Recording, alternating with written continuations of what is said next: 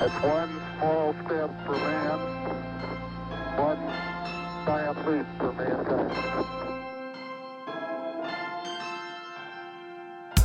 Welcome to The New Next, a podcast that addresses current events and how they will impact the future.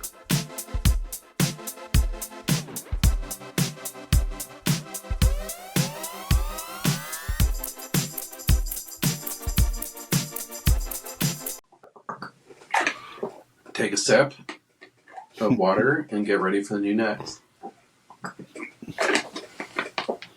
What's going on, Mike? Hey, Matt, how are you?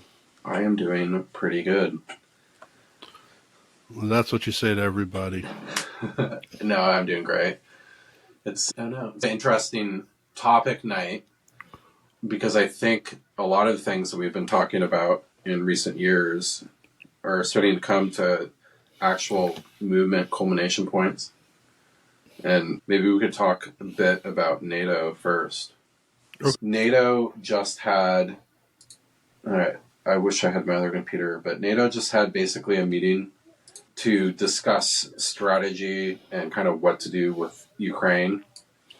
Right. And in that process, they outlined a pretty good framework. And maybe I'll clip in a video that I watched off the Deutsche Welle, which is the German news service, in here so people can listen to it.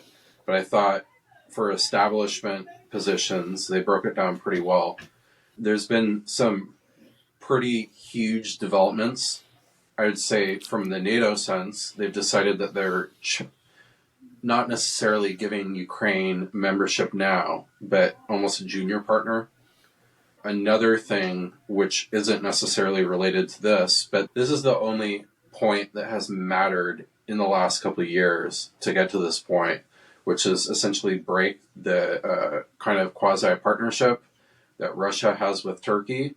And Turkey's earthquake fucked up the country really bad. And it also accentuated a financial crisis from their stock market crashes in recent years.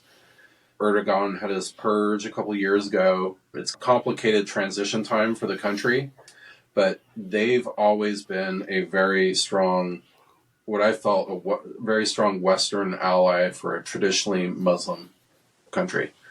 And a line of credit, I believe, between $11 and $15 billion, plus agreements to sell them F-16s, was what it cost to have Turkey to agree to have Sweden join as a NATO partner. And I think that's very crucial because what it does is it sends a message to Putin that you have this country that essentially cuts off their shipping routes, summer shipping routes, through the Volga River Valley and through the Black Sea to the Sea of Azov. Yeah. Like Russia's got their Black Sea fleet up in there and they've got a lot of investments. That river valley, there's a massive amount of commodities that flows through there and they're already having issues with overuse. So they would be pretty much fucked if they went to war with Turkey. Like their economy would crash. And Turkey is a much more consequential war or potential for a war for Russia than I believe Ukraine is right now. Okay. That was a big deal. If you would like to learn more about the New Next podcast, find us at thenewnextpodcast.com, where you can suggest a topic you would like for us to cover.